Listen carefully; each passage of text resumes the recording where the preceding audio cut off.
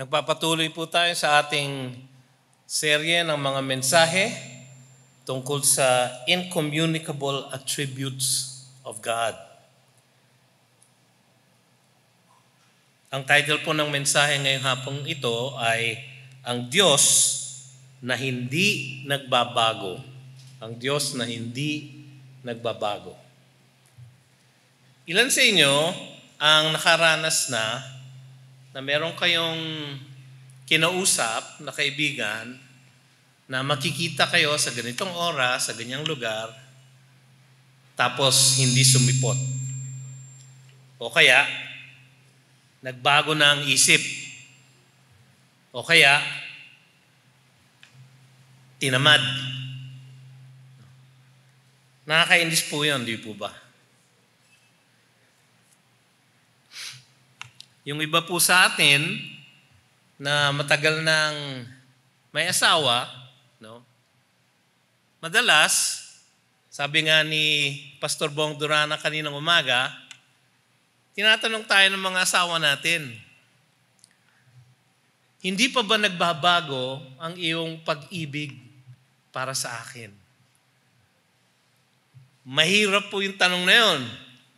Pagka nagkamali po kayo ng sagot, talagang patay kayo. No? Kaya kailangan manalangin pagka tinanong po kayo ng tanong na ganoon. Alam niyo po, kaya pahirap po yung mga ganong klaseng sitwasyon. Sapagkat tayong mga tao ay laging nagbabago. Lagi tayong nagbabago. Kahit na ayaw nating magbago, nagbabago po tayo. Kahit na po wala tayong ginagawa, nagbabago po ang ating katawan, nagbabago ang ating anyo, nagbabago ang ating chemistry, nagbabago ang ating lakas. Naku, lalo na yung lakas. Ilan sa atin ang sa tuwing umaga na lang na ginawa ng Diyos ay parang nakikipagbuno para lang bumangon magmula sa ating pagkakaimbing.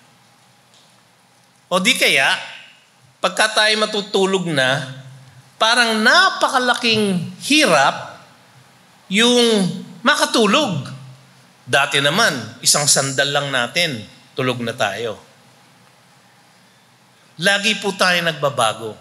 Hindi kaya mahirap nating ma-imagine, hindi natin maisip kung paano ba yung isang Diyos na hindi kailanman nagbabago.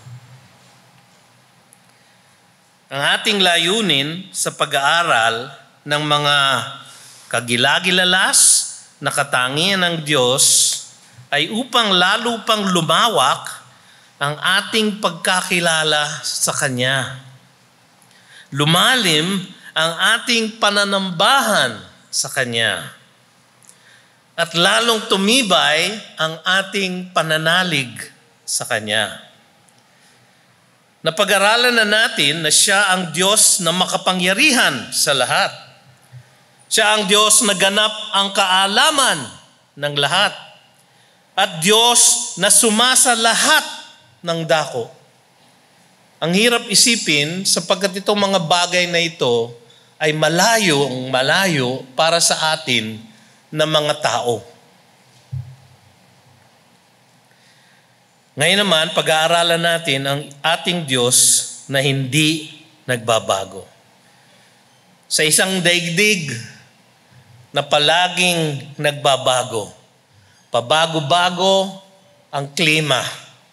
Pabago-bago ang temperature. Pabago-bago ang ekonomiya. Pabago-bago ang traffic.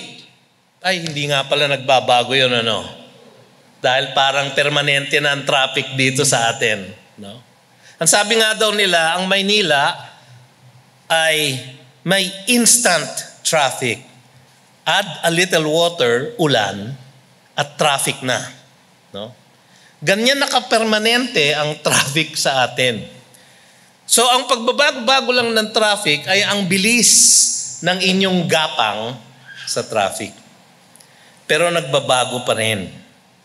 Sa isang daigdig na palaging nagbabago, tayo'y makakahanap ng kapayapaan at kaaliwan sa katotohanang mayroon tayong Diyos na hindi nagbabago. Tayo po'y manalangin.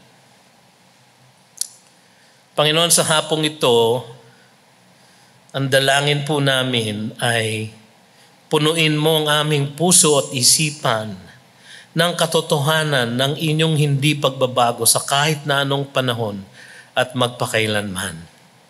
Nanawa, Panginoon, ito ang maging bato na maging sandigan namin, sandalan namin, kanlungan namin sa lahat ng pabago-bago naming mga sitwasyon sa aming buhay dito sa mundong ito. Kayo po magpaunawa sa amin sa pamamagitan ng inyong diwang banal at nawa ang bawat hibla ng inyong salita na aking bibitawan ngayong hapong ito ay magkaroon ng kapangyarihan para sa pagbabago ng aming mga buhay. Hindi upang kami ay malayo sa inyo, kundi upang kami ay lalo pang kumapit sa inyo. Ito ang aming samot dalangin sa pangalan ni Jesus. Amen. Una sa lahat, mga kapatid, hindi nagbabago ang kanyang pagiging Diyos. Nahirapan po akong i-translate itong first point na ito sapagkat sa aking original na pag-aaral, ang first point po, He does not change in His being. In His being. Ang Diyos po kasi is the ultimate being. He is the only being who is self-existent. He is the only being that is not an effect, but the first cause. Wala pong pinagmulan ang Diyos. Kaya lang po, iniisip ko, ano ba ang translation ng being sa Tagalog? Sa Tagalog po, yung being, pagiging. So, bitin. No. Kaya inisip ko po, hindi nagbabago ang kanyang pagiging Diyos. Kaya po siya hindi katulad natin at kaya po tayo hindi katulad niya. Sapagkat tayo po ay may pinagmulan, may pinanggalingan.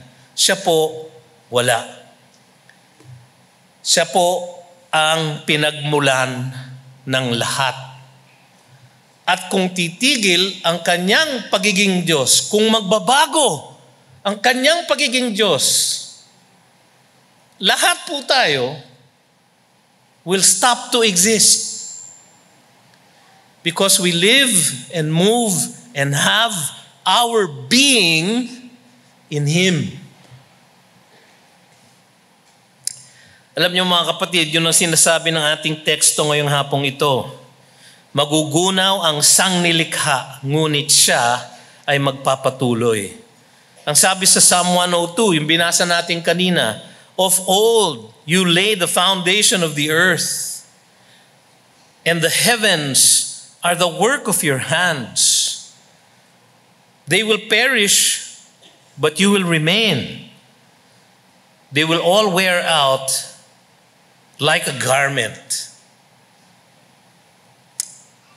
Alam natin ang experience ng pagkakaroon ng mga kasuotan na nagwe-wear out, no? Lalo na pagka may paborito kayong suotin, mabilis mag-wear out. No? Meron po, nung bata po kami, hindi po kami kayamanan, medyo gipit po. Kaya bilang na bilang po ang pantalong kong maong. No? Uso po yun noon lalo na yung bell bottom. No, yung malawak na malawak yung laylayan. Kaya meron po akong paboritong maong na suot ko araw-araw. Alam ko na iniisip nyo, siguro nangangamoy na yon. Totoo po, inaalkoholan ko na lang po para hindi mangamoy. Pero minsan, inulan po ako, nabasa po ako ng lubusan, pag-uwi ko po ng bahay, pag-ubad ko po ng pantalong kong maong, parang tumayo na siyang mag-isa sa dumi. No? Pero yung pong maong kupo na yon, siguro ilang buwan na lang po, ay nasira na. Nawarak, napunit. Sa bagay, ngayon, uso yun, ano? Minsan may nakikita ako, meron ngang kasuotan nung minsan ng aking anak na sabi ko parang may hiwa dun sa tuhod ng maong niya. No? So nag-wear out na ba yung garment na yon? Sa atin po kasi, ganoon ang ating experience. Kung minsan po ang ating pangangatawan, parang garment na nag-wear out. The heavens will all wear out like a garment. You will change them like a robe, and they will pass away. But you are the same, and your years have no end. Hindi niya sinasabi na you are the same yesterday. In fact, mamaya makikita natin ang verse na Christ is the same yesterday, today, and forever. So Revelations, He is the Alpha and Omega. He was and is to come. Wala pong pagbabago sa Kanya.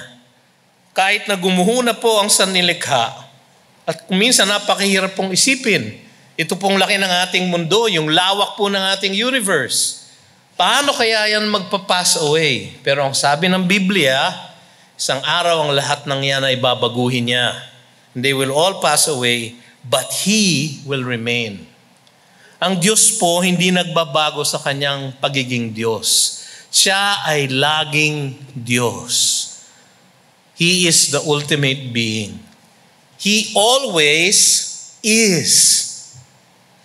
Kaya nung binigay niya yung pangalan niya kay Moises sa Exodus chapter 3, sabi niya, I am. Siguro niisip ni Moises, I am what? I am. Kaya nga sa ibang translation sa English, I am that I am. Inulit mo lang No? I am the being. I am what is. Napakahirap pong paliwanag. No? In fact, merong isang lumang philosopher, ang kanyang pinaka-genius na tanong, what is? Anong ibig sabihin ng is? Pero ganun po ang Diyos. Hindi natin maunawaan dahil tayo ay finite. Siya ay infinite. Hindi natin maunawaan sapagkat tayo po ay may pinanggalingan. Siya ay wala. Siya po ay self-existent. Hindi po siya self-created. Wala po siya kasing beginning. Wala siyang end. Kaya hindi siya nagbabago. Sa Hebrews chapter 1, nung pinapaliwanag na may akda ng Hebrews, kung gaano ka-superior si Kristo sa lahat ng ibang paniniwala, no? Kinote niya itong verse na ito sa Psalm 102. So Hebrews 11:1, verse 11 and 12, summarize ko na lang, they will perish, but you will remain. They will all wear out like a garment, like a robe. You will roll them up like a garment. They will be changed, but you are the same, and your years will have no end. Yun po ang description ng may akda ng Hebrews kay Kristo Jesus. Kaya naman po sa katapusan ng kanyang pagsulat, sa chapter 13 verse 8 ng Hebrews, ang sabi niya, Jesus Christ is the same yesterday and forever. He is the same yesterday, today, and forever. Pagka ganon, siya ay walang pagbabago. Hindi magbabago ang kanyang kapangyarihan at kalakasan. Yung lahat ng kanyang attributes, ng kanyang katangian, dahil siya hindi nagbabago, yung being niya hindi nagbabago, hindi rin nagbabago yung iba niyang mga attributes, yung kanyang katangian. At ang isang katangian niya ay His omnipotence, yung kanyang kalakasan. Sa Isaiah 40 verse 28, ang wika doon, have you not known? Have you not heard? The Lord is the everlasting God, the creator of the ends of the earth. He does not faint or grow weary. His understanding is unsearchable. So iniisip natin, pag tayo yung nag-exert ng energy, tayo napapagod. Kasi nababawasan yung ating energy. No? Ang tawag nga natin doon, nalolobat tayo. No? Dahil pati mga gamit natin, ang camera natin, ang telepono natin, ang computer natin, pagka nauubusan ng power, naglolobat. Ang Diyos po, hindi ever nababawasan ng kalakasan. Kahit na nung ginawa niya ang sanlilikha, hindi siya nabawasan ng kahit kaunti man lang enerhiya.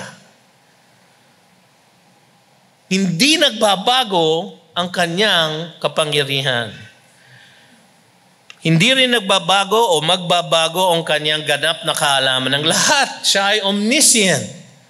Alam niya ang lahat, sa lahat ng oras, sa isang iglap. Alam niya ang nangyayari sa lahat ng dako ng mundo, sa lahat ng tao na kanyang nilalang. Alam niya ang nangyayari sa lahat.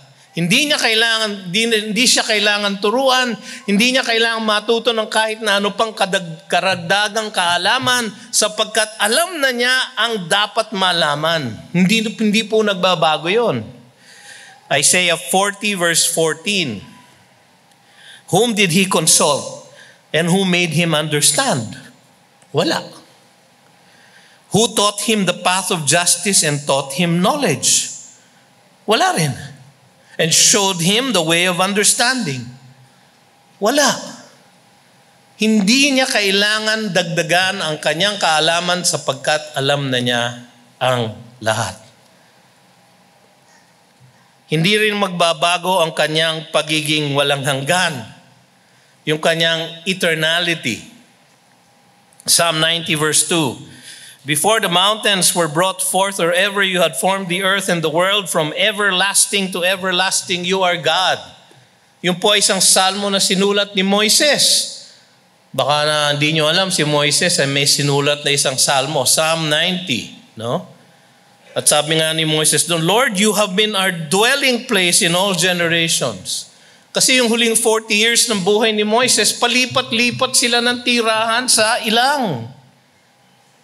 Kaya sabi niya, but you, Lord, you have been our dwelling place. Sa inyo kami nananahan, Panginoon. From everlasting to everlasting, you are God. Hindi nagbabago ang kanyang pagiging Diyos. Hindi kahit konti, hindi kailanman, hindi sa kahit na anong oras. Siya ay Diyos, naganap na. Siya ay perpekto na, at pinakasakdal, pinakamabuti na sa lahat. Hindi na siya pwedeng mag-improve. Psalm 18:30. This God, His way is perfect. He is perfect. Kung siya ay perfect na, wala na siyang kailangang idagdag o ibawas o baguhin. Wala na. Hindi na niya kailangan magbago o maging mas mabuti pa. Dahil siya ay perpekto na. Hindi posible na mabawasan ang kanyang pagiging ganap at perpekto sapagkat hindi siya nagbabago. Ang kanyang kalikasan ay constant. Tayo ay unconstant, siya ay constant. Lagi siyang ganun, hindi nagbabago. Pangalawa, hindi nagbabago ang kanyang mga layunin at kalooban. Una, hindi nagbabago ang isip ng Diyos. Sabi ng iba, it is the woman's privilege to change her mind. No? Medyo, sabi ng iba, sexist daw po yung salitang ganon. Dahil ang woman daw po, pabago-bago ng pag-iisip. Ewan ko, mas marami akong kilala na lalaki na mas changeable ang pag-iisip. No? Isa na po ako doon. Pabago-bago po ng ating pag-iisip. Ang Diyos po hindi nagbabago ng kanyang isip. Sabi sa Job 23:13, but He is unchangeable. And who can turn Him back? What He desires, that He does. He is unchangeable. Numbers 23:19. God is not man that he should lie, or a son of man that he should change his mind. Has he said, and will he not do it? Or has he spoken, and will he not fulfill it? Ang sagot po doon, no. He will do what he says he will. He will fulfill what he has spoken. At yung pong wika na yon, alam niyo po kung kanino pong nagdaan yung wika na yon. Kay Balaam. Si Balaam po sa Numbers 23 ay isang bayarang propeta. Bulaang propeta na, bayarang propeta pa. Hinayo siya ni Balak para i-curse ang Israel, pero wala siyang masabi kung hindi pagpapala sa bayan ng Diyos. At kasama ito sa sinabi niya. In fact, si Balak, nilipat pa niya ng lugar ang katatayuan ni Balaam para baka sakaling magbago ang sasabihin ng Diyos. Hindi po nagbago. Sapagkat hindi nagbabago ang kanyang pag-iisip. 1 Samuel 15:29. And also the glory of Israel will not lie or have regret, for he is not a man that he should have regret. Hindi po siya katulad natin. Pero may mga question ang ibang mga teologo tungkol sa paniniwalang ito. Halimbawa, may mga scripture daw po na nagsasabi na parang nagbabago ang Diyos. Halimbawa, nagbago ba siya nung nanambahan ng golden calf ang mga Israelita? Sa Exodus chapter 32 verses 9 to 14, wala po siya dyan sa board. Tignan po niyo sa Bible nyo. No? Exodus chapter 32 verses 9 to 14, ang sabi ng Panginoon kay Moises, nagalit siya. I have seen this people, and behold, it is a stiff-necked people. Now therefore let me alone, and that my wrath may burn hot against them, that I may consume them, in order that I may make a great nation of you. But Moses implored the Lord his God and said, O Lord, why does your wrath burn hot against your people? So nagmakaawa siya. So ano ang ginawa ng Diyos? And the Lord relented from the disaster that he had spoken of bringing on his people. Ang sabi ng iba, nagbago ang Diyos. Alam niyo, hindi siya nagbago. Sapagkat meron siyang long-term plan para sa Israel, di ba? Sapagkat magmumula sa Israel ang magliligtas ng buong mundo. Hindi niya pwedeng puksain ang kanyang bansa. Hindi niya pwedeng talikuran ang pangako niya kay Abraham. Magmula kay Abraham, ang lahat ng mundo ay pagpapalain niya sa pamamagitan ng kanyang Mesiyas. So hindi siya nagbago. Bakit kaya sinabi yun dito? Yun po ay isang anthropomorphism. Isang pananalita sa scripture kung saan parang ginagawa ng writer na parang may human nature o may human habits ang Diyos. Na para siyang nag-regret. Actually, hinimok niya lang na manalangin si Moises. Gusto niya lang na makilala ni Moises kung gaano kalalim ang sakit, ang lalim ng kasalanan ng Israel. At nung kinilala ni Moises yon, at inalala ni Moises yung pangako ng Diyos kay Abraham, kay Isaac at kay Jacob, he relented. Pero hindi siya nagbago. Pangalawa, nagbago ba siya noong binigyan niya ng 15 years na dagdag si Hezekiah?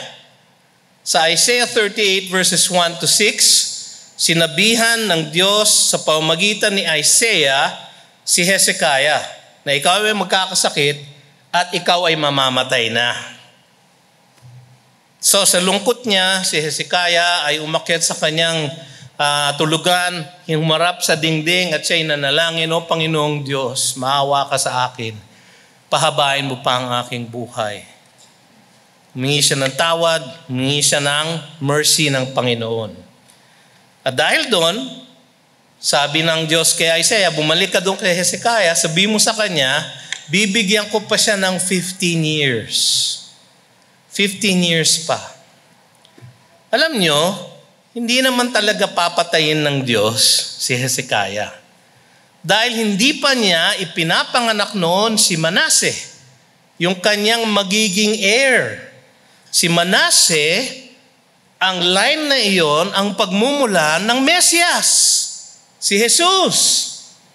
So hindi babaguhin ng Diyos yung pangako niya na yun. So hindi siya nagbabago. Ano ang ginawa niya? Hinimok niya lang si Hezekiah na manalangin sa kanya, na maging dependent sa kanya.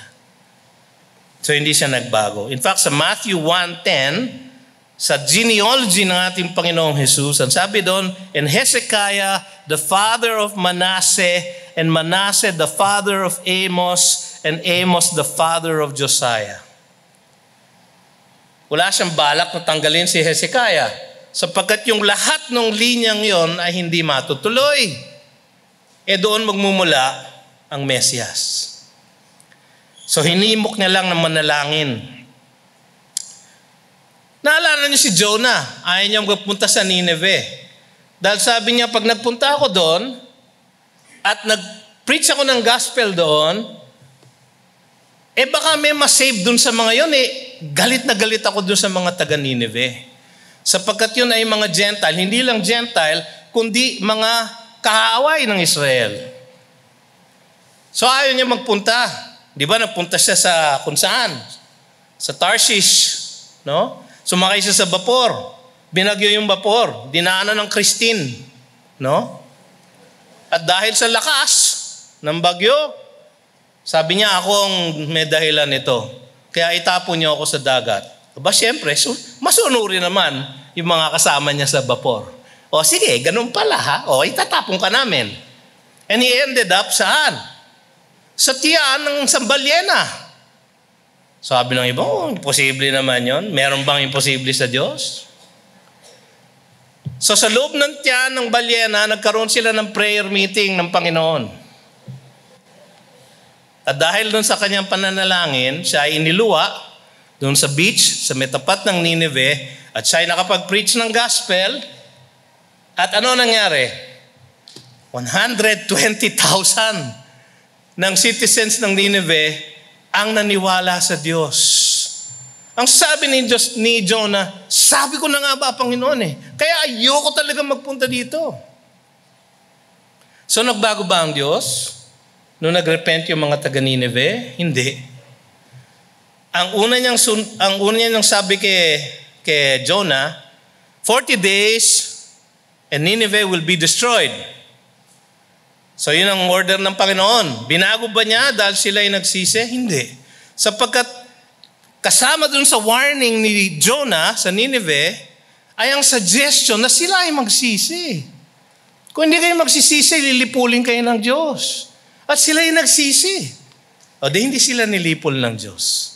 Hindi po nagbabago ang kahabagan at kagandahang loob ng Panginoon.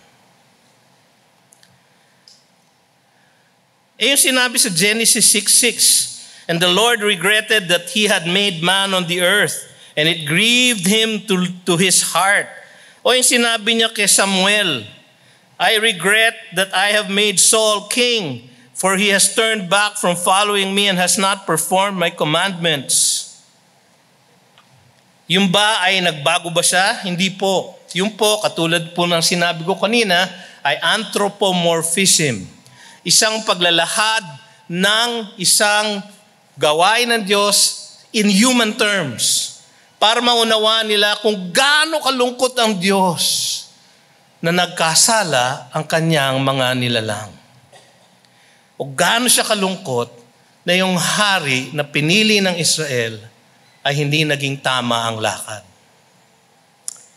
So hindi siya nagbabago. Hindi nagbabago ang kanyang kahabagan sa kanyang mga hinirang. Sabi niya sa Malachi 3:6, For I, the Lord, do not change. Therefore you, O children of Jacob, are not consumed. Sinasabi ni Malachi dito ang isang prophecy na kayo, Israel, kayo ay talagang nagpakalayo-layo na kayo sa Diyos. Tapos ang sabi ng Diyos sa kanya, For I, the Lord, I do not change. Therefore you, O children of Jacob, are not consumed. Kasi may pangako ang Diyos kay Abraham, kay Isaac, at kay Jacob. At hindi nagbabago ang Diyos sa kanyang kahabagan. Kaya nga yung sinabi sa Lamentations 3:22, the steadfast love of the Lord never ceases. His mercies never come to an end. Parang kanta, no? They are new every morning, new every morning. Great is thy faithfulness, O Lord. Great is thy faithfulness. Lamentations po yun. Hindi po nagbabago ang kahabagan ng Diyos. Kahit kailan. Hindi nagbabago ang kanyang mga plano at pakay. Isaiah 14:24, the Lord of hosts has sworn, as I have planned, so shall it be, and as I have purposed, so shall it stand. Ang sabi sa Ezekiel 24:14, I am the Lord, I have spoken, it shall come to pass, I will do it, I will not go back, I will not spare, I will not relent. According to your ways and your deeds, you will be judged, declares the Lord God. Naku, nakakatakot yun, ano? Kahit doon, hindi siya magbabago. Sa Psalm 33:11, the counsel of the Lord stands forever, the plans of His heart to all generations. Hindi nagbabago ang mga pakay at layunin at kalooban ng Diyos. Dahil sa ganitong kalikasan ng ating Diyos, hindi dapat umasa ang mga ayaw tumanggap sa kanyang alok ng kaligtasan, na sila ay makaliligtas sa pinangako niyang puot at parusa sa mga masasama. Kasi baka merong ilang sa atin, parang ipinagliliban pa, pinapabukas-bukas, at saka na ako mag-accept, saka na ako magre-receive, saka na ako lalapit sa Diyos, saka na ako magtitino.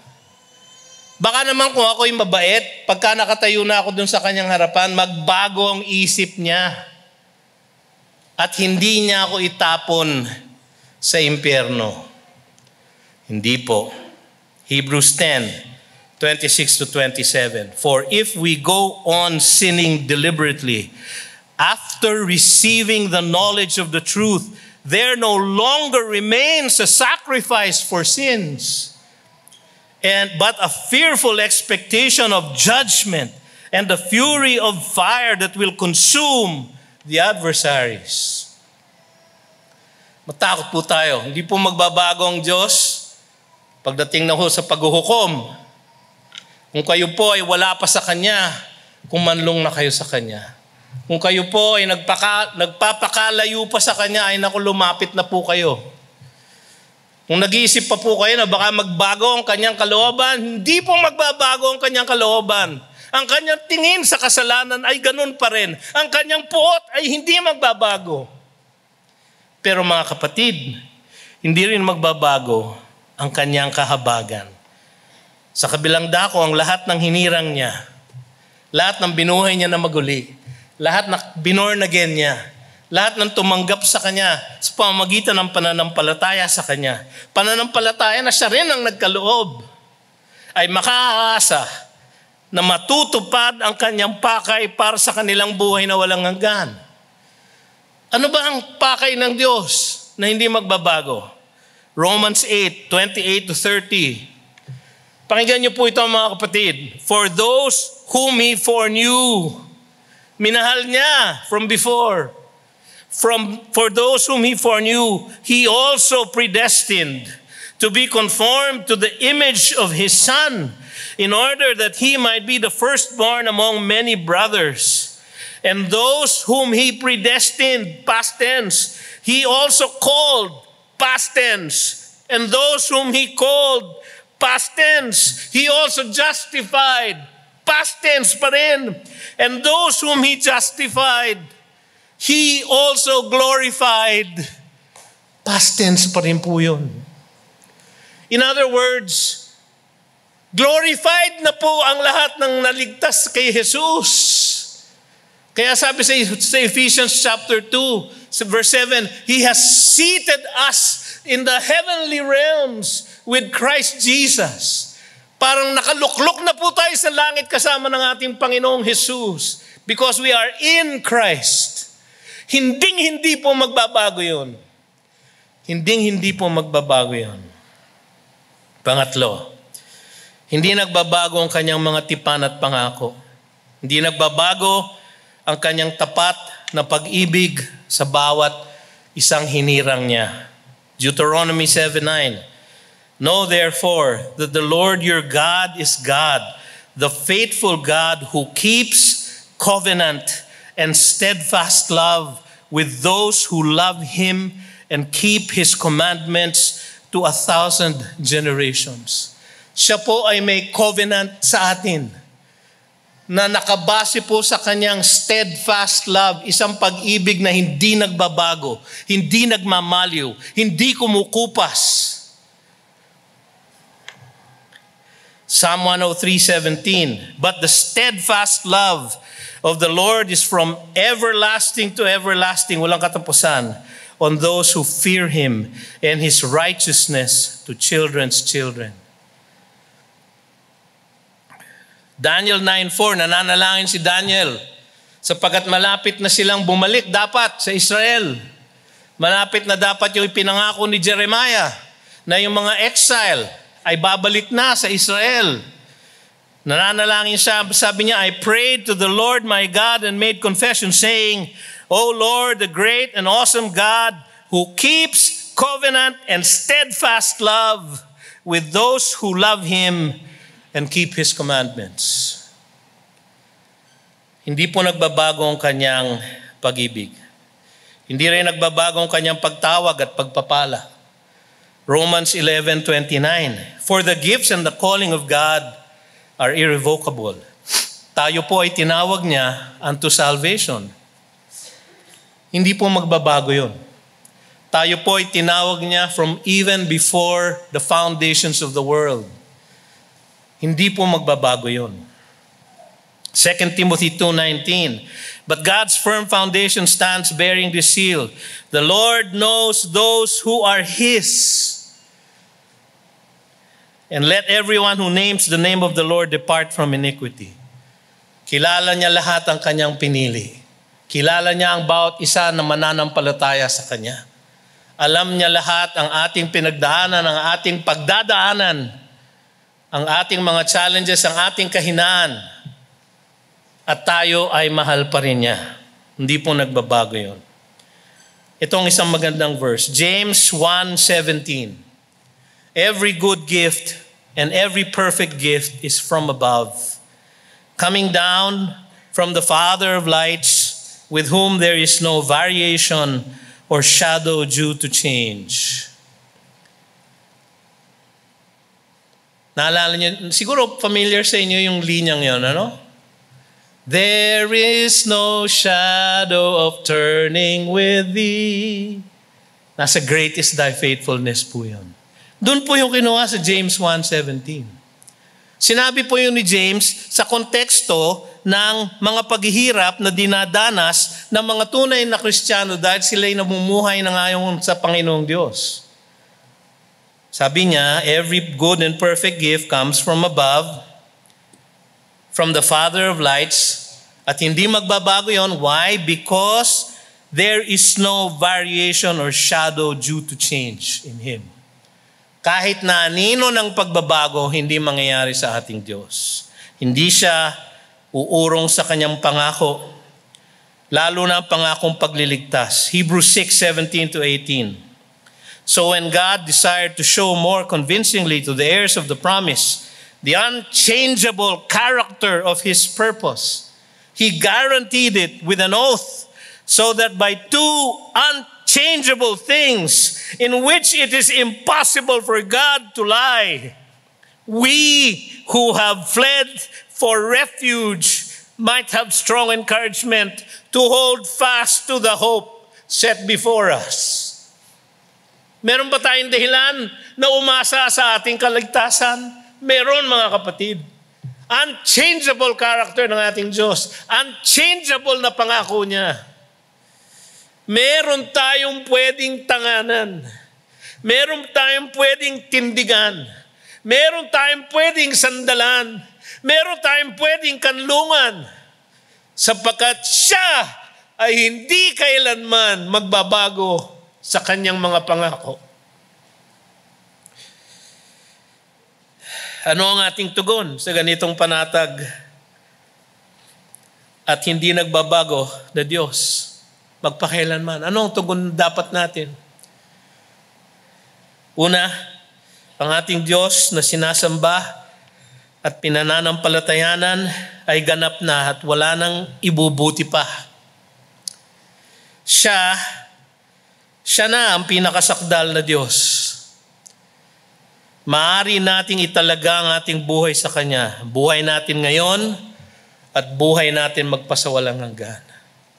Kung siya ay pabago-bago, mahirap umasa sa Kanya. Ngunit siya ay hindi nagbabago.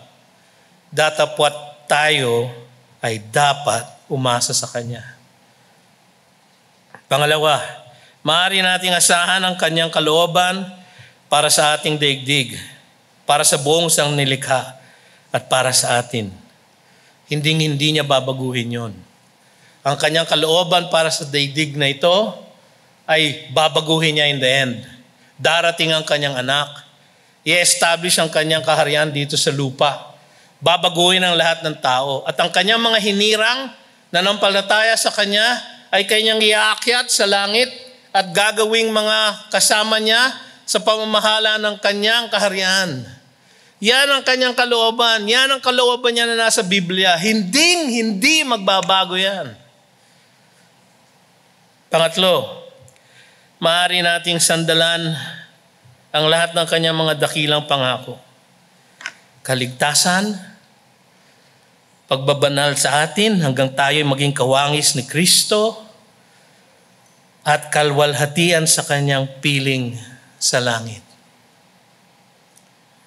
Mga kapatid, meron ba sa inyo ang nanghihina dahil sa inyong mga nararanasan na sitwasyon sa inyong buhay? Meron po tayong Diyos na pwede nating sandalan. Kayo ba ay nanghihina dahil nararamdaman nyo na unti-unti nang nawawala at naaagnas ang inyong kalakasan? Kasama na po ako dyan. Araw-araw yan po ang aking nararamdaman. Na parang, Panginoon, parang malapit mo na ako kunin. Nanghihina na ako, O Diyos.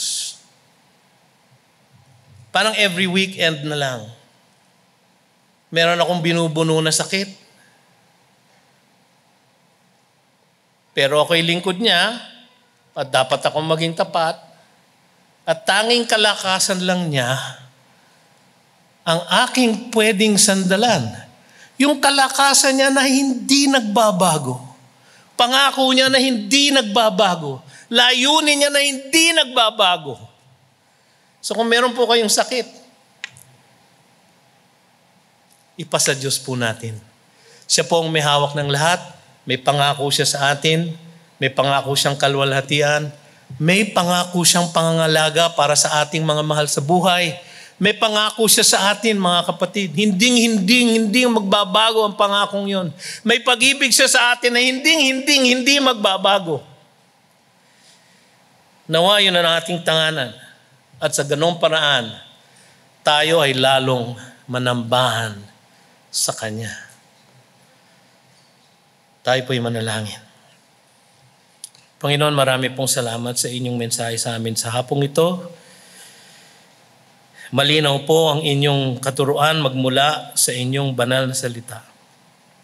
Tulungan niyo po kami na maging matapang, na lumakas, na maging matibay, na lalo pang manalig, na higit pang sumamba sa inyo dahil sa inyong kagilagilalas na hindi pagbabago sa lahat ng panahon. Maaasahan, masasandalan, makakanlungan. Maraming salamat, Panginoon, sa katotohanan yan. At nawa, yan ay aming maging kanlungan sa bawat oras ng aming buhay na lalabi. Tayo po'y tumayo.